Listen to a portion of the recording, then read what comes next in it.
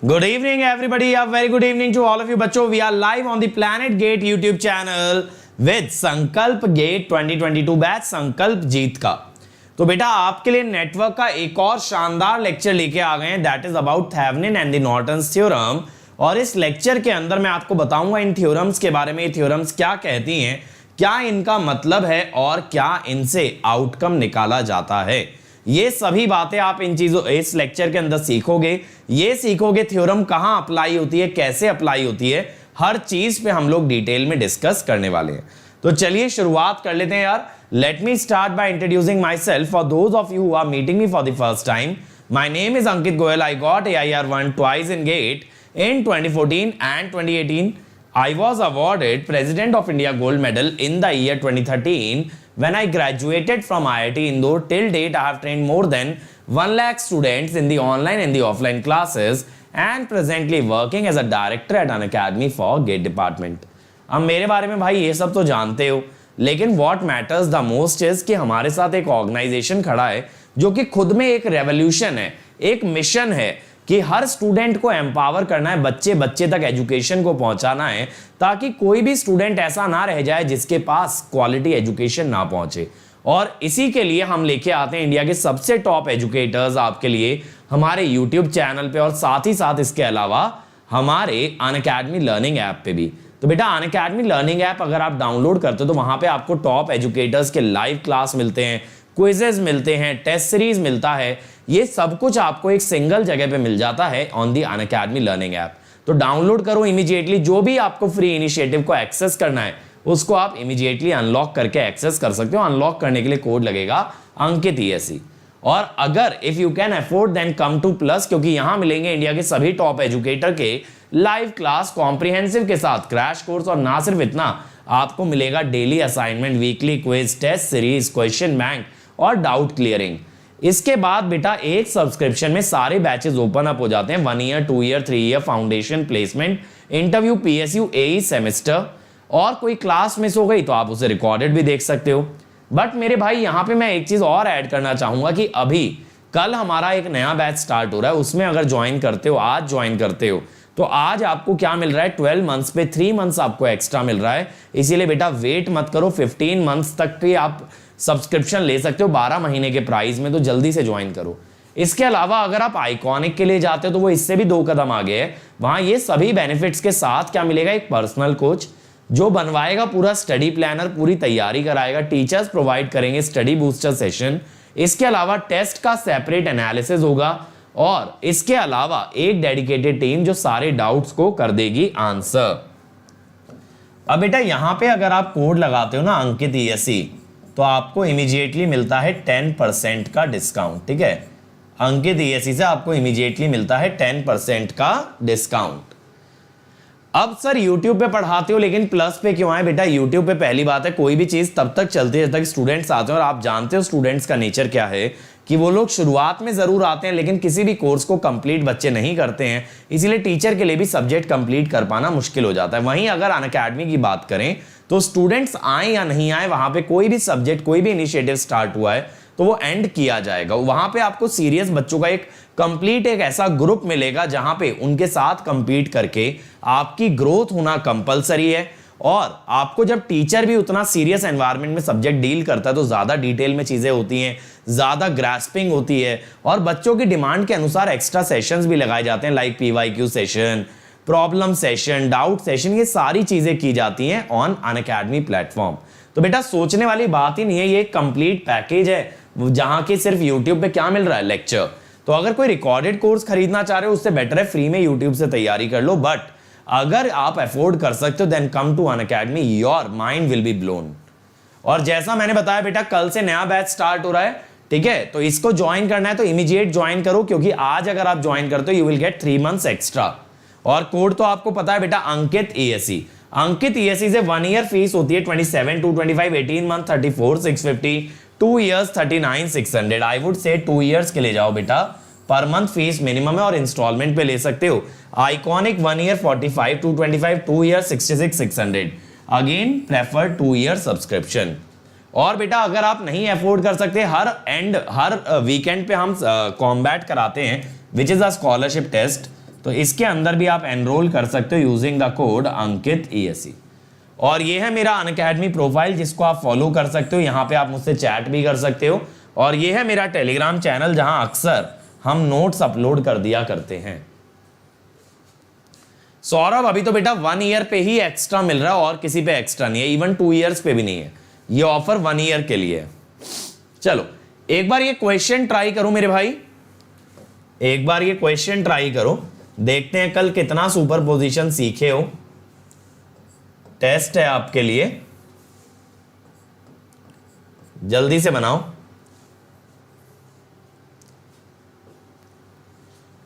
मैं ये चेक कर रहा हूं यहां पे कि मेरे बच्चों को कितना सुपर पोजीशन समझ में आया है, जल्दी से बताओ।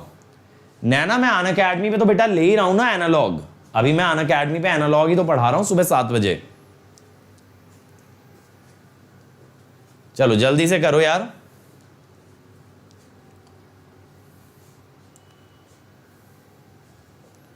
Come on everybody.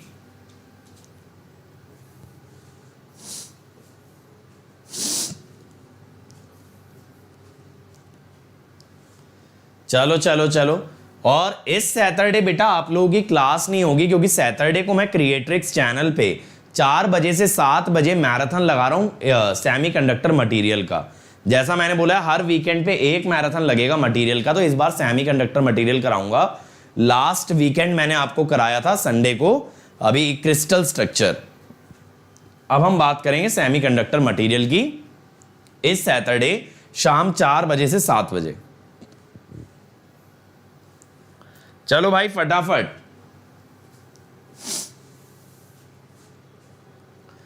देखो linear passive network, only register लिखा है ना, ओनली रजिस्टर का मतलब है it is a passive network. अगर ये एक लीनियर पैसिव नेटवर्क है तो जो इसका आउटपुट है वो कहीं ना कहीं इनपुट्स का लीनियर कॉम्बिनेशन होगा। ठीक है, मैंने आपको कल बताया था ना लीनियरिटी के बारे में। क्या बताया था मैंने लीनियरिटी के बारे में? Output is a linear combination, is a linear combination of inputs. ठीक है, तो आउटपुट लीनियर कॉम्बिनेशन में बन रहा है भाई। अब यहां पे आपका 80 is equal to A1 into 8 plus A2 into 12, 0 is equal to A1 into -8 plus A2 into 4। तो A2 बनेगा 2A1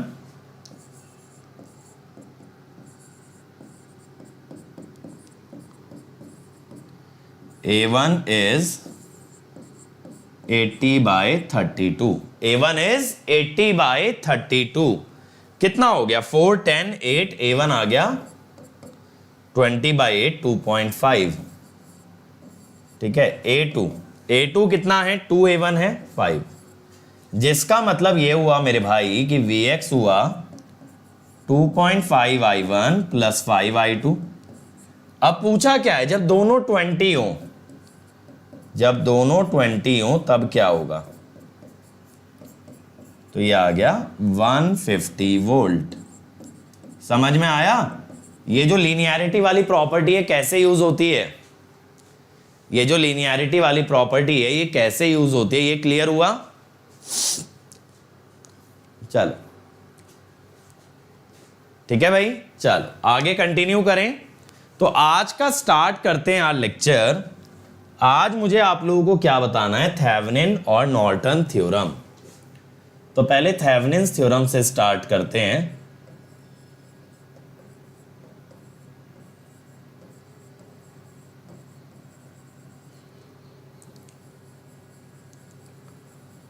अब ये थेवेनिन थ्योरम क्या होती है? सुपरपोजिशन थ्योरम सोर्स कन्वर्जन से लगा सकते हैं। बेटा सोर्स कन्वर्जन के लिए आपको रेजिस्टेंस तो चाहिए नितिन, करंट सोर्स के साथ वो तो है नहीं, तो सोर्स कन्वर्जन कैसे लगाओगे? Source transformation.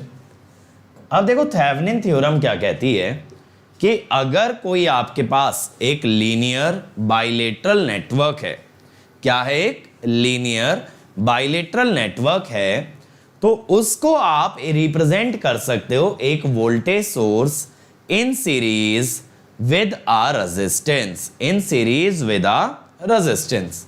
यानी उस नेटवर्क के अंदर कितने भी सोर्सेज हो सकते हैं, कितने भी रेजिस्टेंसेज हो सकते हैं, लेकिन अगर आपसे पूछा जाए इस नेटवर्क का इक्विवेलेंट सर्किट क्या है, इक्विवेलेंट सर्किट का मतलब है एक ऐसा सर्किट जिसका आउटपुट भी ओरिजिनल नेटवर्क के बराबर आए, तो आप कहोगे इसके इक्विवेलेंट सर्किट के अंदर we can show a voltage source in series with a resistance. देखो कहने का मतलब यह है कि अगर मान लो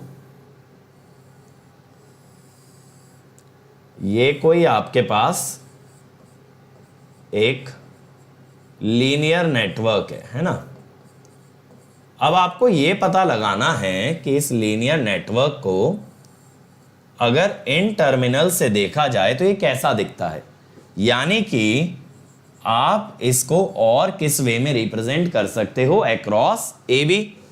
तो थेवेनिन्स थ्योरम ये कहती है मेरे भाई कि इसको रिप्रेजेंट कर सकते हैं by means of a VTH Thevenin voltage and a Thevenin resistance.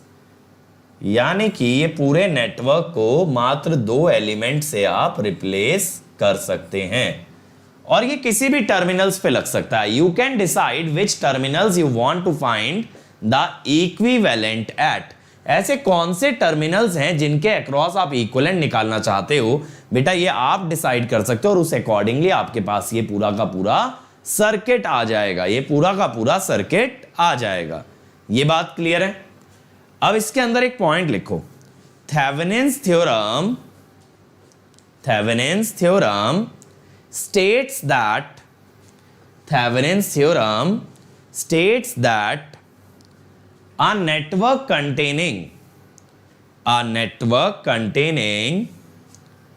sources and resistors,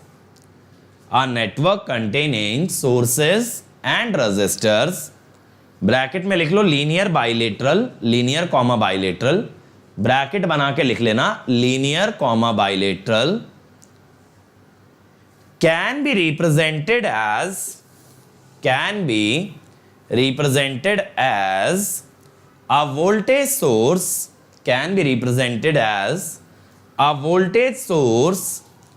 in series with a resistance,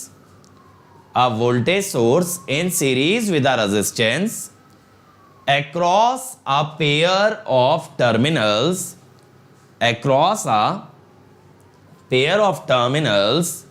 A and B, across a pair of terminals A and B. Okay, ये बताओ ये clear हुआ? ये clear हुआ Thevenin's theorem क्या कहती है। अभी मैंने ये नहीं बताया ये आएगा कैसे, यानी इसकी वैल्यू क्या आएगी, ये मैंने नहीं बताया। मैंने क्या बोला, थेवेनिन्स थ्योरम सिर्फ और सिर्फ क्या कर रही है, पूरे सर्किट को रिप्लेस कर दे रही है एक वोल्टेज सोर्स और एक रेजिस्टेंस से, एक वोल्टेज सोर्स और एक रेजिस्टेंस से। ये मुझे बताएंगे सभी लोग क्लियर हुआ या नहीं? जल्दी से बता दो मेरे भाई, यहां तक आपको बातें क्लियर हैं या नहीं? ठीक है, अब यहां पे ये जो VTH है इसे कहते हैं थेवेनिन्स वोल्टेज। अब देखो अभी रिसेंटली मेरी एक क्लास के अंदर बच्चे थेवेनिन को लेके कंफ्यूज थे। उन लोगों का क्या कहना था कि सर ये जो थेवेनिन्स थ्योरम लगती है ना, ये लोड के अक्रॉस लगती है ना। बेटा ये किसी भी दो टर्मिनल के अक्रॉस निकाल सकते हो, बस शर्त क्या है, network must be linear and bilateral. You can calculate Thevenin equivalent across any pair of terminal in a network. कोई भी दो टर्मिनल चूज करो, उसके बीच का थेवेनिन निकाल सकते हो। लोड से मुझे मतलब ही नहीं कि लोड क्या है क्या नहीं है। थेवेनिन्स वोल्टेज बेसिकली क्या होती है, it is open circuit voltage across A and B, open circuit voltage across A B. अब बेटा जब ये बोल रहा है कि ओपन सर्किट वोल्टेज है, यानी कि अगर ओरिजिनल नेटवर्क में AB के अक्रॉस कोई रेजिस्टेंस कोई डिवाइस लगी है तो पहले उसको हटाओगे और फिर क्या निकालोगे, थेवेनिन वोल्टेज। तो मैं क्या कहता हूं, remove any element connected at AB, remove any element connected at AB before computing VTH। इसीलिए बहुत बार ना ये VTH को VOC भी लिख देते हैं।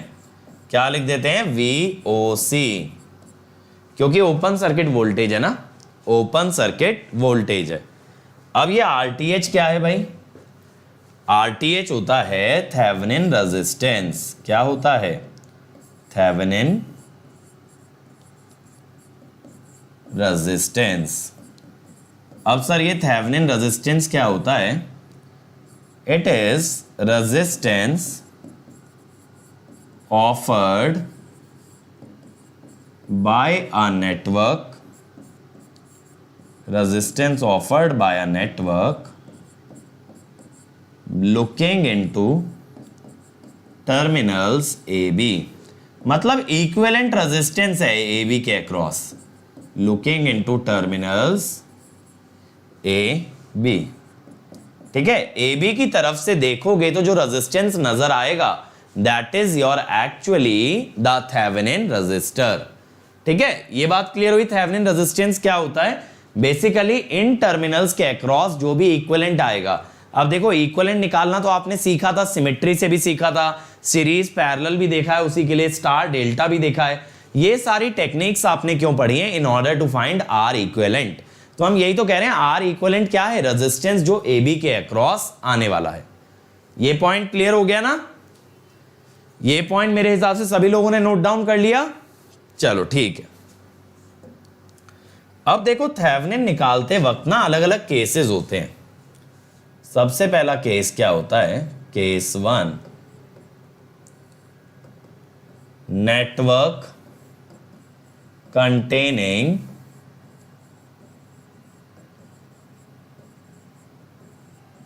Only independent source. इसका ये मतलब नहीं कह रहा हूं कि इसके अंदर रेजिस्टेंस नहीं है, रेजिस्टेंस तो है लेकिन सोर्स बस एक ही कैटेगरी के हैं, दैट इज इंडिपेंडेंट सोर्सेस। ठीक है, इसका मतलब इसके अंदर डिपेंडेंट सोर्स नहीं है, इसके अंदर डिपेंडेंट सोर्स नहीं है। ठीक है बेटा, एक आइडियल एमीटर को शॉर्ट सर्किट मानते हैं रोहित, जिसकी वजह से उसके पैरेलल में कुछ भी कनेक्ट करोगे उसमें करंट जाना ही नहीं। अब देखो यहां पे क्या करते हैं, सबसे पहली चीज compute VOC across desired terminal, VOC निकालोगे simply across desired terminal by opening या by open circuiting any element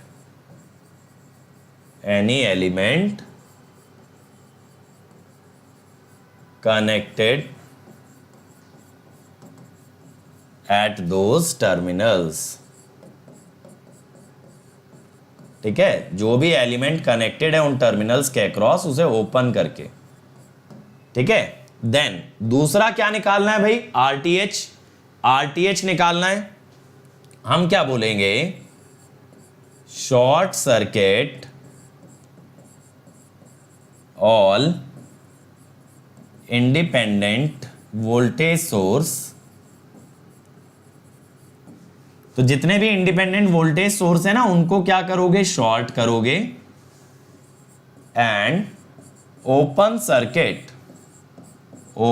circuit all independent current source, all independent current source, compute resistance at desired terminal। Simple है भाई, जैसे पहले निकालते थे ना resistance, तो हम यही तो करते थे, सोर्सेज हटा के ही तो निकलता है रेजिस्टेंस, सोर्सेज हटा के ही तो निकलता है रेजिस्टेंस। तो यहां पे सोर्सेज आपने हटा दिए हैं, यानी वोल्टेज सोर्स को आपने क्या कर दिया, शॉर्ट, और करंट सोर्स को क्या कर दिया, ओपन। फिर उसके बाद आपने क्या किया, उन टर्मिनल्स के अक्रॉस रेजिस्टेंस को डिराइव किया। देखो जरा ये क्वेश्चन देखो, find the current I using Thevenin's theorem. I माने इस रेजिस्टेंस का करंट है, तो आपको थेवेनिन कहां पे निकालना है, across A B, across A B. A B के अक्रॉस थेवेनिन निकालोगे तब बेटा आप आई करंट के बारे में बात कर सकते हो यूजिंग थेवेनिन्स थ्योरम। तो सबसे पहला मेरा स्टेप क्या रहेगा आप लोगों के लिए, step 1,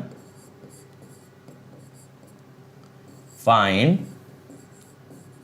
VOC across A B. चलो ये निकाल के बताओ, एक एक स्टेप आप करते जाओ, स्टेप्स मैं बता रहा हूं लेकिन करते जाओ। गुरजीत अभी एग्जाम्पल से समझ आ जाएगा बेटा। चलो फटाफट, ए बी के अक्रॉस ओपन सर्किट वोल्टेज मुझको चाहिए, जल्दी से बताओ क्या आएगा। What is the open circuit voltage across A B? I need quick answers.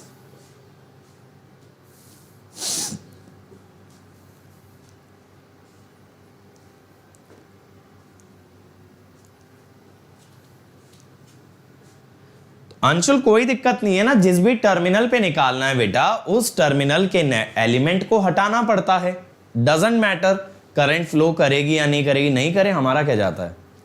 Rule is rule, जिसके अक्रॉस निकालना है उसके अक्रॉस क्या बताना है पहले, ओपन सर्किट वोल्टेज।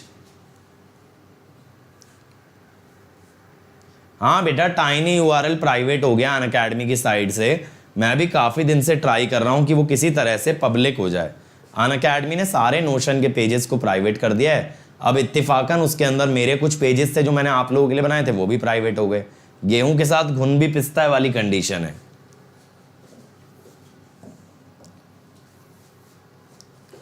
तो देखो,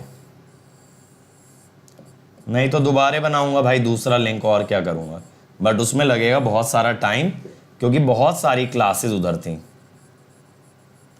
एक एक तो यार कॉपी पेस्ट करना बहुत टफ काम है।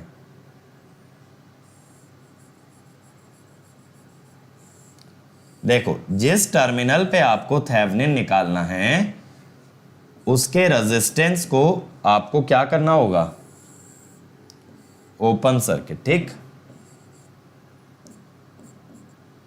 तो हमें क्या चाहिए, ये चाहिए। अब देखो यार जब ये ओपन सर्किट है तो ये जो 2 एम्पियर वाला करंट है ये ऐसे ही फ्लो करेगा, ठीक। तो यहां प्लस माइनस आ जाएगा, कितना आ जाएगा, 2 वोल्ट। सर 2 वोल्ट कैसे आया, 2 ampere into 1 ohm, 2 ampere into 1 ohm is 2 volt. Satish that is not at 7 PM my dear, that is 7:30 PM। It will start at the same time 7:30। Now see we will just use KVL। यहां से ना आप ऐसे KVL लगा लो, तो आप क्या लिखोगे, +10 +2, ठीक है। तो VOC कितना आ गया, 12 वोल्ट। समझ आया गुरजीत क्या मैं बोल रहा था जब से, जिस टर्मिनल पे निकालना है उसे ओपन सर्किट करो और फिर उसके अक्रॉस क्या निकाल दो, वोल्टेज। अब स्टेप 2 क्या होगा, स्टेप 2 क्या होगा, find Thevenin resistance, find Thevenin resistance, ठीक है। अब थेवेनिन रेजिस्टेंस के लिए बेटा क्या करना पड़ेगा, वोल्टेज सोर्स को शॉर्ट करना पड़ेगा, करंट सोर्स को ओपन। ये टर्मिनल ओपन ही रहेंगे, इस गलत फहमी में मत रहना कि अब की बार रेजिस्टेंस नहीं हटाना। रेजिस्टेंस तो वो पूरे क्वेश्चन के लिए हटेगा, रेजिस्टेंस तो मतलब थेवेनिन का कोई भी पैरामीटर निकालोगे तो उसको हटा के रखना पड़ेगा, ठीक है। बबलू बेटा क्या क्वेश्चन है तुम्हारा, मुझे तो नजर नहीं आ रहा है। अब यहां देखो ये 1 ओम है और ये है आपका 3 ओम, मुझे इस टर्मिनल्स के अक्रॉस चाहिए। तो देखो इन टर्मिनल्स के अक्रॉस डायरेक्टली नजर आ रहा है दैट RTH इज 1 ओम। कैसे? देखो ये वाला टर्मिनल इधर से जुड़ा और ये वाला टर्मिनल ऐसे B से जुड़ा हुआ है। तो ये जो 1 ओम है ना, ये डायरेक्टली AB के अक्रॉस आ गया। किसके अक्रॉस आ गया? AB के। तो एक बार VTH और RTH मिल जाता है तो हम नेटवर्क बनाते हैं। कैसा नेटवर्क? देखो VTH 12 वोल्ट, पोलैरिटी कैसे ली है? जैसी पोलैरिटी यहां दिखाई थी, जैसी पोलैरिटी आपने यहां पे मानी थी ना, वैसी ही ली है। अब यहां पे क्या करना पड़ेगा? RTH आएगा 1 ओम और फिर देखो अब ये जो रेजिस्टेंस था इसको कनेक्ट कर दो। अब ये रेजिस्टेंस कनेक्ट कर दो क्योंकि ये AB के अक्रॉस आया ना, AB में 2 ओम लगा हुआ था। अब निकालो इसका करंट, तो कितना आएगा? I is equal to 12/1 + 2 4 ampere. खत्म। इस तरीके से सॉल्व किया जाता है। ठीक है, इस तरीके से आपका सॉल्व होगा क्वेश्चन जब हम बात करते हैं थेवेनिन इक्विवेलेंट की। ये बात क्लियर हो गई? Electric current is due to positive and negative charge. How? Bablu देखो ज्यादातर तो करंट इलेक्ट्रॉन्स की वजह से फ्लो करता है। There are no positive charges that flow, but कई एप्लीकेशन ऐसी होती हैं, जैसे सेल हो गया, सेल के अंदर इलेक्ट्रोलाइट अगर है तो उसके अंदर पॉजिटिव और नेगेटिव आयंस दोनों फ्लो करते हैं, तो वहां पे करंट दोनों की वजह से होगा। पॉजिटिव चार्ज की वजह से करंट के सेम डायरेक्शन में, नेगेटिव की वजह से करंट के अपोजिट डायरेक्शन में। तो करंट तो दोनों चार्जेस की वजह से आ सकता है, बट ज्यादातर जो करंट कैरी करने वाले चार्जेस हैं दे आर इलेक्ट्रॉन्स। ठीक है, करंट है क्या? Rate of flow of charge ही तो है। अब देखो एक और केस देखते हैं, केस नंबर 2। नेटवर्क कंटेनिंग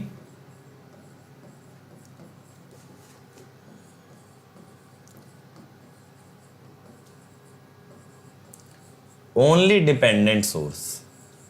भाई अगर नेटवर्क के अंदर इंडिपेंडेंट सोर्स है ही नहीं, सोर्स सिर्फ किस नेचर का है? डिपेंडेंट नेचर का है। अब इसके अंदर एक पॉइंट नोट डाउन करो, इसके अंदर बेटा एक पॉइंट नोट डाउन करो। क्या लिखोगे? If there is no independent source, if there is no independent source in a network, if there is no independent source in a network, then the network cannot be energized. Then the network cannot be energized. So it cannot produce any current or voltage. It cannot produce any current or voltage. सही है? यानी देखो dependent source क्या कहता है? Dependent source ये कहता है कि उसकी खुद की वैल्यू किसी और पैरामीटर पे डिपेंडेंट है। यानी डिपेंडेंट सोर्स अपनी मर्जी से तो एनर्जी नहीं दे सकता, वो एनर्जी कहीं से लेके आगे ट्रांसफर जरूर कर सकता है, लेकिन बेटा डिपेंडेंट सोर्स को वो एनर्जी देने के लिए खुद कहीं ना कहीं से एनर्जी चाहिए। वो एनर्जी कहां से आएगी? वो आएगी इंडिपेंडेंट सोर्स से। अब अगर आपके पास बेटा इंडिपेंडेंट सोर्स ही गायब है, देन क्या होगा? देन क्या होगा कि डिपेंडेंट सोर्स तो एनर्जी नहीं दे पाएगा। अगर डिपेंडेंट सोर्स एनर्जी नहीं दे पाया तो आपके नेटवर्क में वोल्टेज और करंट क्या रहेंगे? जीरो। तो इसीलिए यहां पे क्या होता है? VTH is equal to VOC is equal to 0 is equal to 0 volt. इसके अंदर कोई वोल्टेज पैदा नहीं होती, तो हमें सिर्फ क्या निकालना रहता है? Thevenin resistance. Thevenin resistance. ठीक है, तो ये वाला पॉइंट लिखो, ये वाला पॉइंट लिखना। In such a network, in such a network we only have to compute, in such a network we only have to compute Thevenin resistance. We only have to compute Thevenin resistance. ज्योतिर्मय बेटा पहला case तो सबसे easy case है, सबसे easy case है। उसके अंदर क्या करना है, उसके अंदर करना क्या है, जिस टर्मिनल पे थेवेनिन निकालना है उसे ओपन कर दो, वहीं रेजिस्टेंस और वहीं वोल्टेज निकाल दो, खत्म। ठीक है भाई। गेट के PYQ अदनान मैंने सारे लगवा रखे हैं मेरी स्पेशल क्लासेस में, सारे के सारे लगवा रखे हैं। उसकी 29 क्लास मैंने लिए, 29 क्लासेस। ठीक है। अब बात है थेवेनिन कैसे निकालेंगे, थेवेनिन रेजिस्टेंस। और बेटा एक ही क्वेश्चन से स्पैम मत किया करो, please wait for your answer. ठीक है। मैं कोई आस्क मी एनीथिंग सेशन नहीं ले रहा हूं जहां पे सिर्फ तुम्हारे आंसर्स ही दूंगा। ठीक है। ये सेशन थेवेनिन नॉर्टन के लिए, तुम्हारी क्वेरीज के लिए नहीं है। अब हाउ टू कंप्यूट RTH, देखो बिना कोई इंडिपेंडेंट सोर्स के तो भैया नेटवर्क नहीं चलेगा, बिना किसी इंडिपेंडेंट सोर्स के तो नेटवर्क नहीं चलेगा। इसीलिए मैं क्या कहता हूं, connect an independent source, connect at an independent source at terminals where RTH is to be computed। जहां पे RTH निकालना है वहां पे एक इंडिपेंडेंट सोर्स लगाओ। अब ये जो इंडिपेंडेंट सोर्स है ना बेटा, ये आप अपनी मर्जी की वैल्यू का ले सकते हो। तो बहुत सारे लोग V वोल्ट का ले लेते हैं या I एम्पियर का ले लेते हैं, लेकिन सबसे आसान ये होता है विदाउट लॉस ऑफ जनरलिटी। ये जो है ना बहुत मैथमेटिकली इंपॉर्टेंट टर्म होती है कई बार, विदाउट लॉस ऑफ जनरलिटी। यानी कि जो जनरली वैलिड है वो 1 वोल्ट या 1 एम्पियर के लिए भी वैलिड होगा। यूज 1 वोल्ट सोर्स और 1 एम्पियर सोर्स। आप वोल्टेज सोर्स भी लगा सकते हो और करंट सोर्स भी। ठीक है। अब चलो सर सोर्स तो लगा दिया, सोर्स तो लगा दिया। ठीक है। अब क्या करें इसके बाद, अब देखो फॉर 1 वोल्ट सोर्स आपको क्या देखना है, अगर ये 1 वोल्ट का सोर्स है तो आपको ये देखना है कि इससे करंट कितना निकल रहा है। ठीक है। तब आप ये कहेंगे कि RTH इज 1/I। लेकिन क्या देखना है कि 1 वोल्ट से कितना करंट रिलीज हो रहा है, कितना करंट बाहर आ रहा है। फॉर 1 एम्पियर सोर्स, अगर आपने 1 एम्पियर का सोर्स लगा दिया तो तब आपको यह देखना पड़ेगा मेरे भाई कि इसके अक्रॉस वोल्टेज कितना पैदा हो रहा है। तब आप कहेंगे RTH इज V/1। ठीक है। लेकिन देखो दोनों ही केसेस में मेरे भाई हमने पोलैरिटी कैसी ली है, that it is delivering power. Polarity such that it delivers power। ठीक है। पोलैरिटी ऐसी लेनी है जो कि ये पावर को डिलीवर करे। अब देखो खासियत इस मेथड की ये होती है ना, ये जो RTH निकालने का मेथड है ये हर जगह लग सकता है। यानी आप ये मत सोचो ये सिर्फ तभी लगेगा जब आपके पास सिर्फ और सिर्फ डिपेंडेंट सोर्स है। ये आप केस 1 में भी लगा सकते हो। कैसे लगा सकते हो, उसमें जो पहले से प्रेजेंट सोर्सेज हैं, पहले से प्रेजेंट जो वोल्टेज और करंट सोर्स है उसे हटा दो, फिर एक नया सोर्स लगाओ 1 वोल्ट या 1 एम्पियर का, तब भी निकाल सकते हो। तो ये वाला पॉइंट भी लिखना बनता है भाई। तो ये लिखना, this method of computing RTH, this method of computing RTH can be applied to any network, even those that contain independent sources, even those that contain independent sources, but Before applying this method,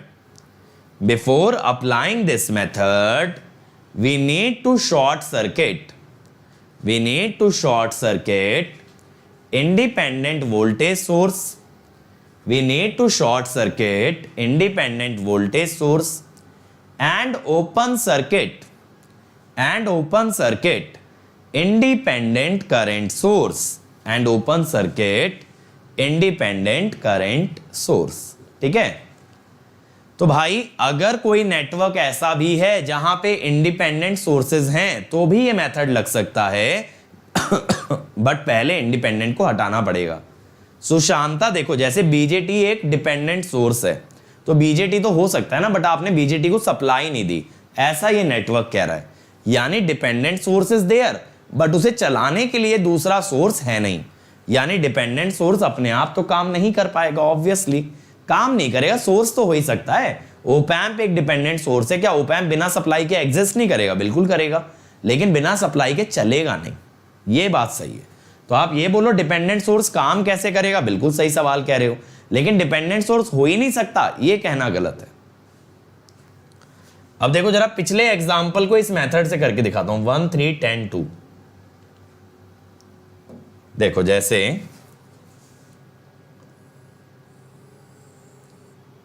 ये था ना,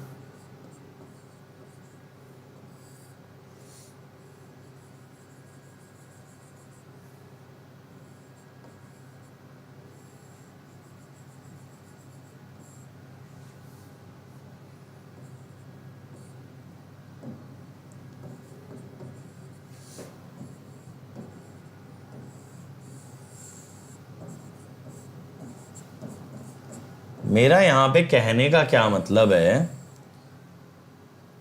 कि अगर मुझे इसके across देखना है A B, ठीक है, तो मैं क्या करूंगा, इस नेटवर्क में आप इसको हटा दो, वोल्टेज सोर्स को शॉर्ट कर दो.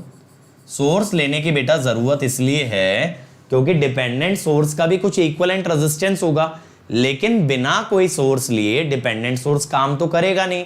तो आप रेजिस्टेंस कैसे कैलकुलेट करोगे? आप ये नहीं कह सकते ना डिपेंडेंट सोर्स जीरो हो गया. नहीं, डिपेंडेंट सोर्स एक रेजिस्टेंस का काम जरूर करेगा, लेकिन वो रेजिस्टेंस निकालने के लिए उस डिपेंडेंट सोर्स का चलना जरूरी है. उसको चलने के लिए आपको एक सोर्स देना पड़ेगा. अब देखो आप यहां पे क्या कर सकते हो ना, ऐसे एक 1 वोल्ट का नया सोर्स ले लो और इससे करंट कैसा लो, निकलते हुए. मैंने बताया ना पोलैरिटी कैसी लेनी है, that it is delivering power. Polarity का हमेशा ध्यान रखना, अपनी मर्जी की पोलैरिटी मत लेना, it must be delivering power. अब देखो ये आगे तो करंट जा नहीं सकता, तो ये I इधर ही जाएगा. अब KVL अगर लगाएं 1 - 1I इज 0. अब यहां RTH कितना आ गया यार, 1 वोल्ट था अपॉन 1 एम्पियर, दैट इज 1 ओम. ठीक है, ऐसे ही बेटा आप चाहते तो 1 एम्पियर का सोर्स भी लगा सकते थे. 1 वोल्ट की जगह अगर आप चाहते तो 1 एम्पियर का सोर्स भी लगा सकते थे. ठीक है ना.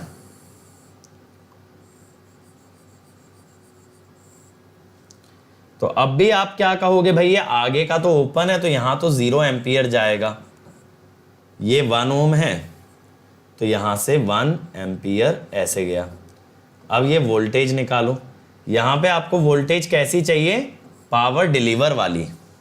तो मैं ये कहता हूं इसके अक्रॉस 1 वोल्ट आएगी, जरा KVL लगाओ, V - 1 इज 0, तो V इज 1 वोल्ट.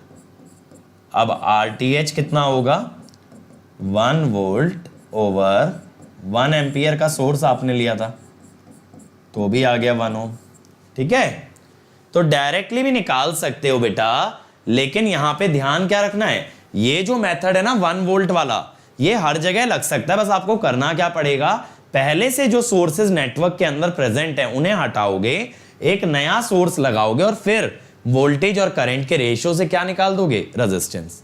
अब जरा देखो ये वाला क्वेश्चन देखो, find RTH between X and Y. मैं ये वैल्यूज फिर से हाईलाइट कर देता हूं, वैसे तो मेरे हिसाब से आपको विजिबल होंगी फिर भी,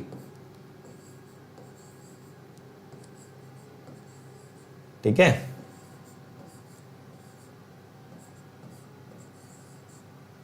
ये हो गया, आरटीएच चाहिए। अब जरा करना एक्स और वाई के बीच में आरटीएच चाहिए आपको ना। हमेशा देखो मेथड में ये इवैल्यूएट बेटा हमेशा करना पड़ेगा कि 1 वोल्ट का सोर्स लूं या 1 एम्पियर, किससे जिंदगी आसान होगी, ये चीज चेक करते रहना पड़ेगा।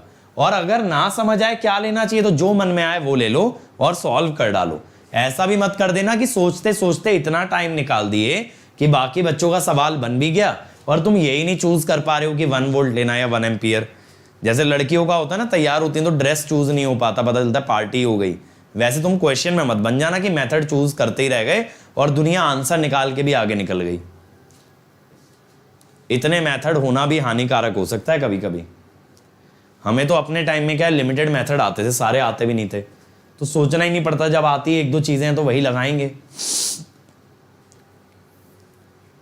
चलो फटाफट बनाओ यार।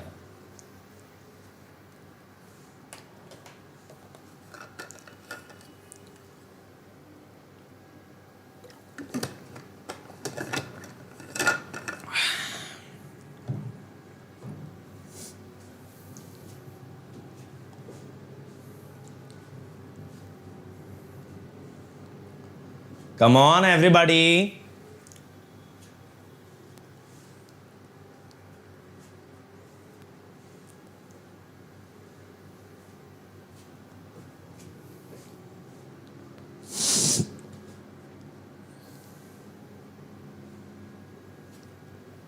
जल्दी से निकाल के बताओ।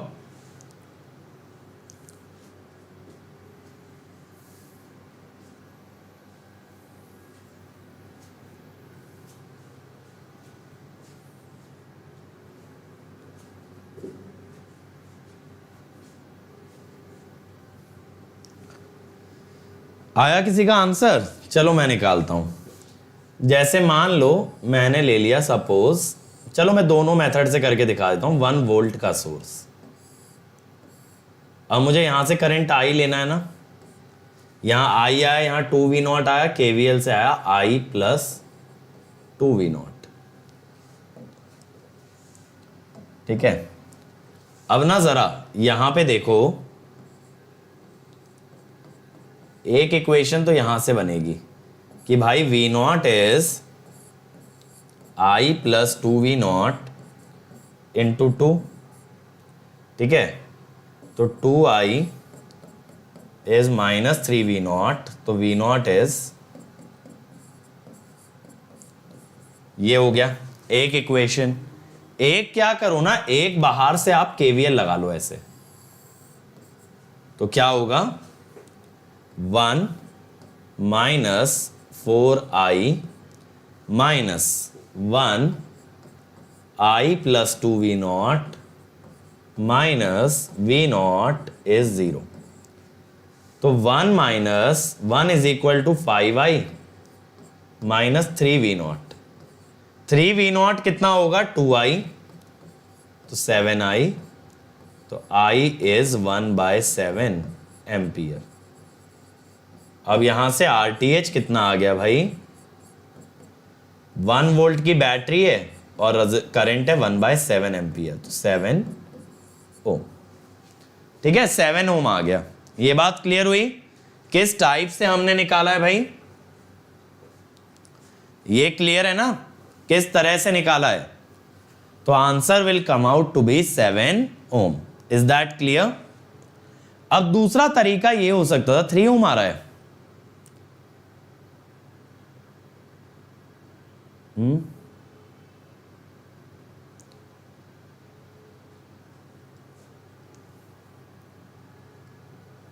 7i तो बन रहा है ये, i plus 2v0 into 2i plus 4v0, 2i equal to minus 3v0, v0 is minus 2i/3, फिर 1 minus 4i minus i plus 2v0 minus v0,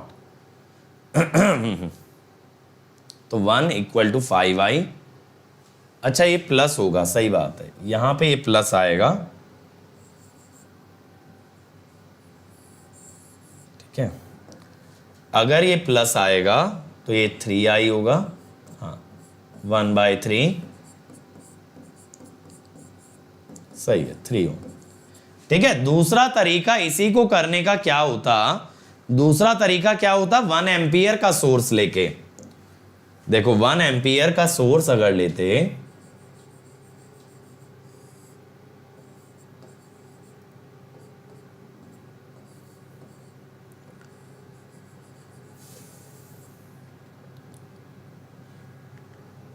one ohm 4 ओम,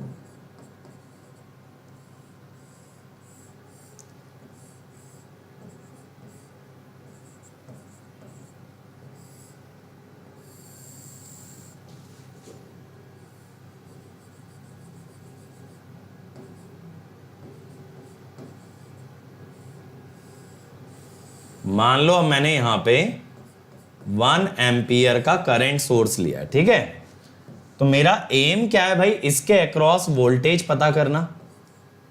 अब देखो यहां तक पहुंचा 1 एम्पियर, इधर से इसमें जुड़ गया 2v0 भी, तो 1 प्लस 2v0। एक तो केवीएल हम वैसे ही लगाएंगे, v0 इज 2 टाइम्स, क्योंकि 2 के अक्रॉस है ना,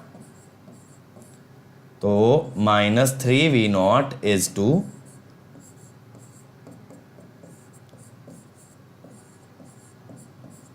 -2/3 वोल्ट। ठीक है, -2/3 वोल्ट। अब मैं बाहर बाहर जब केवीएल लगाऊंगा, v -1 × 4 -1 + 2v0 × 1 -v0 इज 0। ठीक है, तो v क्या होगा, 4 + 1 + 3v0, v0 है -2/3,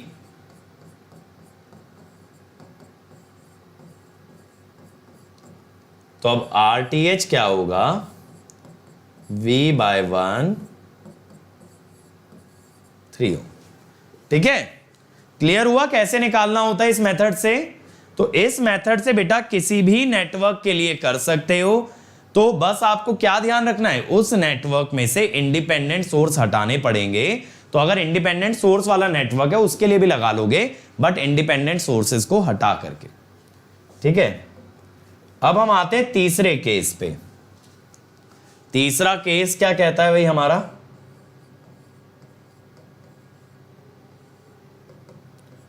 network containing both independent and dependent sources, both independent and dependent sources। ठीक है भाई, जिसमें इंडिपेंडेंट और डिपेंडेंट दोनों सोर्स प्रेजेंट हो, तब हम उसे कहते हैं केस नंबर 3। सत्यम बेटा अटेंडेंस अगर नहीं आएगी ना, तो इसी तरीके से एक एक करके सारे इनिशिएटिव शट डाउन ही होंगे बेटा। अब अटेंडेंस आती नहीं है ना, सर के नेटवर्क में आती ना मेरे में आती, तो मैं तो खुद ये सोच रहा हूं कि कहां तक पढ़ा करके इसको वाइंड अप करना है। अभी honestly if I tell you, मेरे दिमाग में ये बिल्कुल भी नहीं है कि मुझे इसको कंप्लीट करना है पूरे नेटवर्क को। तो देखते हैं यार कहां तक जाता है, क्योंकि अटेंडेंस तो बढ़ ही नहीं रही है कहीं से कहीं तक भी। चलो अब देखो इसके अंदर क्या करेंगे, वीओसी का मेथड तो वही रहेगा, जिस टर्मिनल के अक्रॉस चाहिए उन्हें ओपन सर्किट करके वोल्टेज निकाल दो। तो पहला क्या करोगे, compute VOC across desired terminals, across desired terminals by open circuiting the element connected across such terminals। ठीक है, तो VOC निकालोगे। अब इसके बाद क्या होगा? अब इसके बाद बेटा यहां RTH निकालने का तरीका क्या है? VOC by ISC। इसीलिए अगला स्टेप क्या करोगे, ध्यान से देखते चलो यार। Compute ISC across desired terminals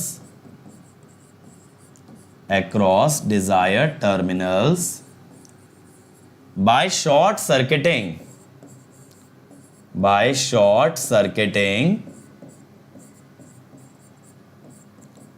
element connected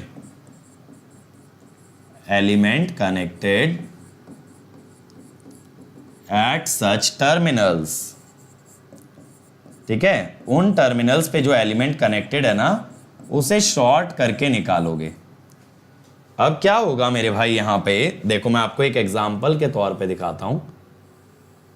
मान लो ये एक हमारे पास नेटवर्क है,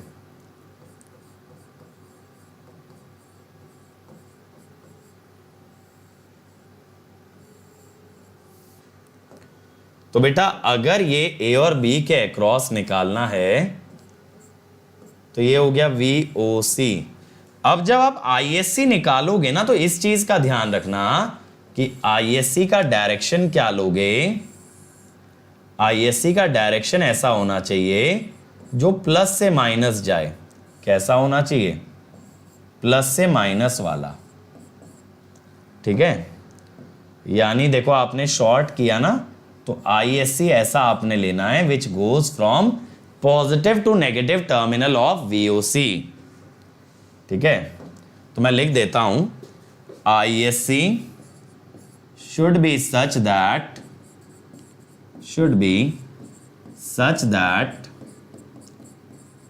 it goes from positive to negative terminal of VOC।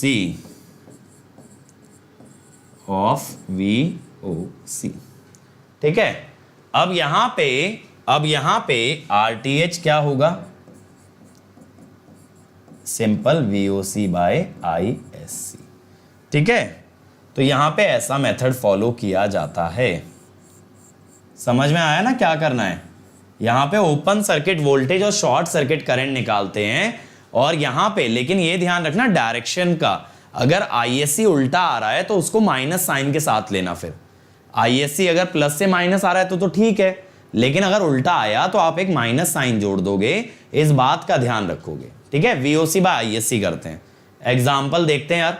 देखो ये वाला क्वेश्चन है, यहां इंडिपेंडेंट और डिपेंडेंट सोर्स दोनों हैं। मुझे I चाहिए माने मुझे थेवेनिन चाहिए A और B के अक्रॉस। तो सबसे पहले मुझे VOC बताओ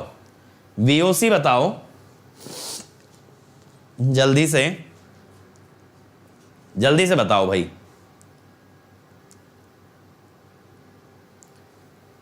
सत्यम बेटा या बाकी के जितने भी बच्चे हैं, मैं आपको एक छोटी सी चीज बता दूं। YouTube का कोई भी इनिशिएटिव सिर्फ इसलिए नहीं होता कि चलो 4 बच्चे आ रहे हैं 4 को फायदा हो रहा है, 6 बच्चे आ रहे हैं 6 को फायदा हो रहा है। अब मेरे भाई YouTube पे सिर्फ और सिर्फ एक चीज देखी जाती है, वो है अटेंडेंस। ठीक है, अगर अटेंडेंस नहीं आती तो जवाबदारी हमारी बनती है कि भाई आप ऐसा टॉपिक क्यों ले रहे हो जिसको बच्चे नहीं पढ़ रहे हैं, बच्चे नहीं आ रहे हैं। तो बताओ इसके बाद मेरे पास क्या जवाब है किसी को भी देने के लिए कि मैं ऐसा कोई टॉपिक, ऐसा कोई सब्जेक्ट क्यों पढ़ा रहा हूं जिसमें स्टूडेंट्स का इंटरेस्ट नहीं है। कोई लॉजिक ही नहीं बन रहा है। अब आप कहो नहीं सर हम 4 बच्चों का था, हम 10 का था, हम 50 का था। बेटा ऐसे चीजें नहीं चलती हैं। यूट्यूब पे चीजें चलती हैं इन टर्म्स ऑफ वॉल्यूम।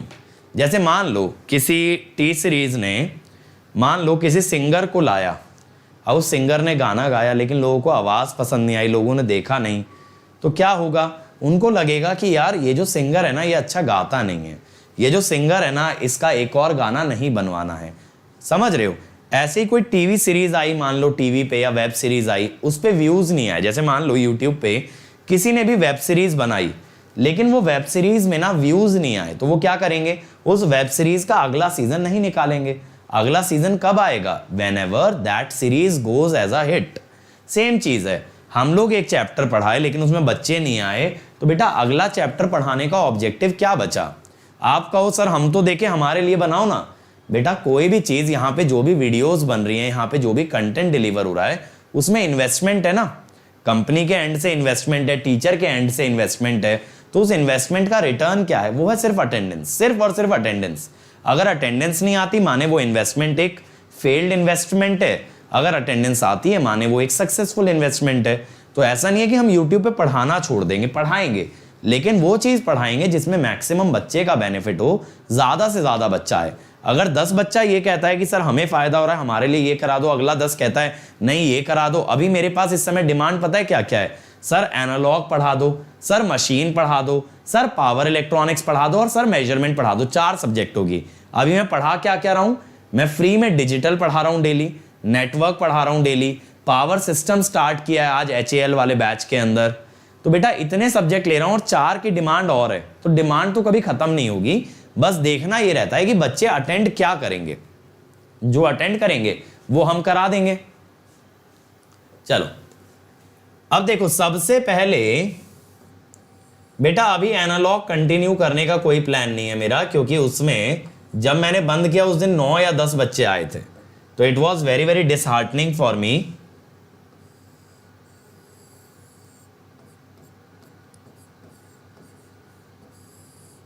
तुम लोग अपना बेनिफिट देखते हो, तुम ये नहीं देखते कि भाई टीचर को कितना दुख पहुंचता है जब उसकी क्लास में देखने वाला बच्चा नहीं होता। जब खाली क्लास को पढ़ाना पड़ता है तब कैसा फील होता है ना, तुम लोग समझोगे नहीं अभी। बेटा वो वाली बात हो जाती है कि पूरी मेहनत की और रिजल्ट आया नहीं।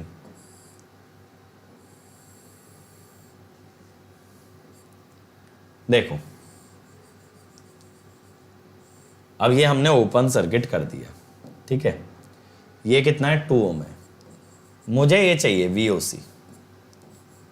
अब देखना यहां पे Vx और 1 ओम में है, तो इसका करंट कितना बना भाई? Vx बना। इसका करंट कितना बना? Vx बना। बेटा मैं क्या कंप्लीट कर दूं? शंकर सर को तुमने डिमोटिवेट कर दिया। मैं थोड़ी ना उनसे बोला हूं कि पढ़ाओ या मत पढ़ाओ, वो उनकी इच्छा है। Vx और 2Vx मिलकर के क्या बन गया? 3Vx। अब ओपन सर्किट के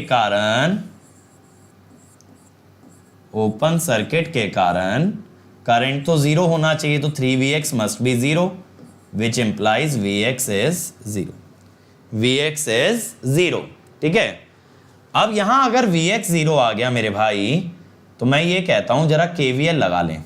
यहां से लगाओ बाहर बाहर, 10 minus Vx minus 2 into 3Vx minus VOC is 0, ठीक है। तो VOC कितना आ गया? 10 वोल्ट, क्योंकि Vx तो 0 है, तो ये आ गया भाई VOC। अब अगला स्टेप क्या होगा अपना? ISC निकालने का। ISC, ठीक है। यहां पे क्या है? 10 वोल्ट है,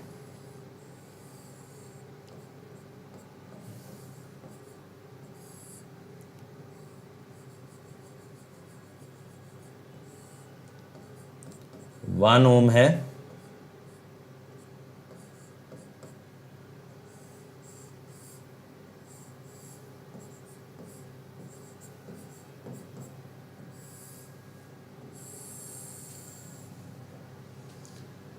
टू ओम और VOC।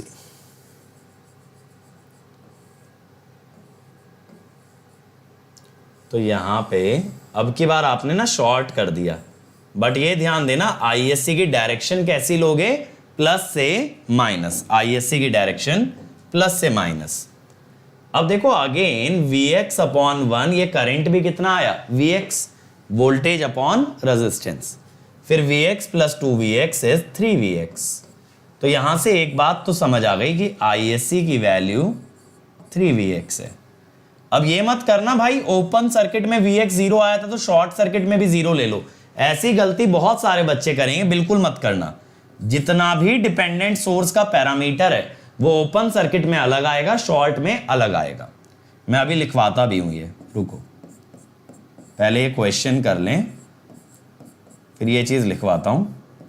तो Vx कितना आया? 10/7।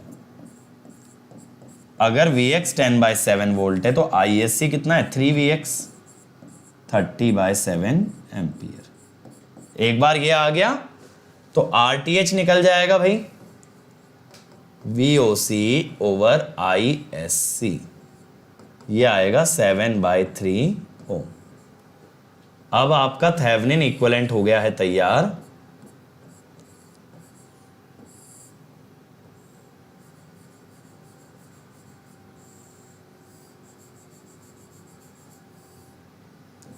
ये कितना रेजिस्टेंस लगा था ए और बी के अक्रॉस 3 ओम, 7/3।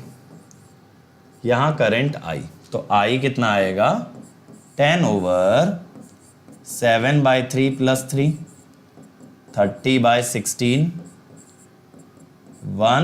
14 बचा।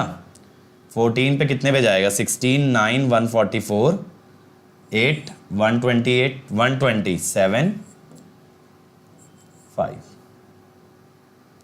एम्पियर। ठीक है 1.875। अब इसके अंदर एक पॉइंट लिखना, the dependent source depends on Vx, the dependent source depends on Vx, but do not consider the value of Vx, but do not consider the value of Vx to be same in open and short circuit, full stop. In both the cases we have to compute Vx separately, ठीक। तो आज के लिए बेटा यहीं तक रखेंगे। कल मैं डिस्कस करूंगा नॉर्टन्स थ्योरम और किस वैरायटी के क्वेश्चन इस पे बन सकते हैं, ये कल की क्लास में डिस्कस करेंगे। और अभी 7:30 बजे कंट्रोल के क्वेश्चन कराऊंगा स्पेशल क्लास में, वहां पे आप लोगों को आना है, ठीक है। तो बेटा जैसा मैंने बताया, अगर आप अंकित ESE कोड से अनअकैडमी ज्वाइन करते हो तो 1 year fees is 27,225, 18 months 34,650, 2 year 39,600। 2 years के लिए जाना, per month fees is minimum and you can avail it on EMI without interest. फिर अंकित ESE से आइकॉनिक 1 ईयर 45,225, 2 ईयर 66,600 और 2 इयर्स के लिए जाना, per month fees is minimum and you can avail it on EMI, ठीक है। Now अब ये चीज देखो यार, ये मेरा अनअकैडमी प्रोफाइल है, यहां पे आप मुझसे चैट भी कर सकते हो, मुझसे बात कर सकते हो। और ये है मेरा टेलीग्राम चैनल जहां आप मेरे नोटिफिकेशन पाओगे और स्टडी मटेरियल यहां पे आपको मिलेगा। So thank you everyone, please like share subscribe. और बेटा लेक्चर के बाद कमेंट जरूर किया करो कि आपको लेक्चर कैसा लगा। Your comments are very very valuable to us. Thank you.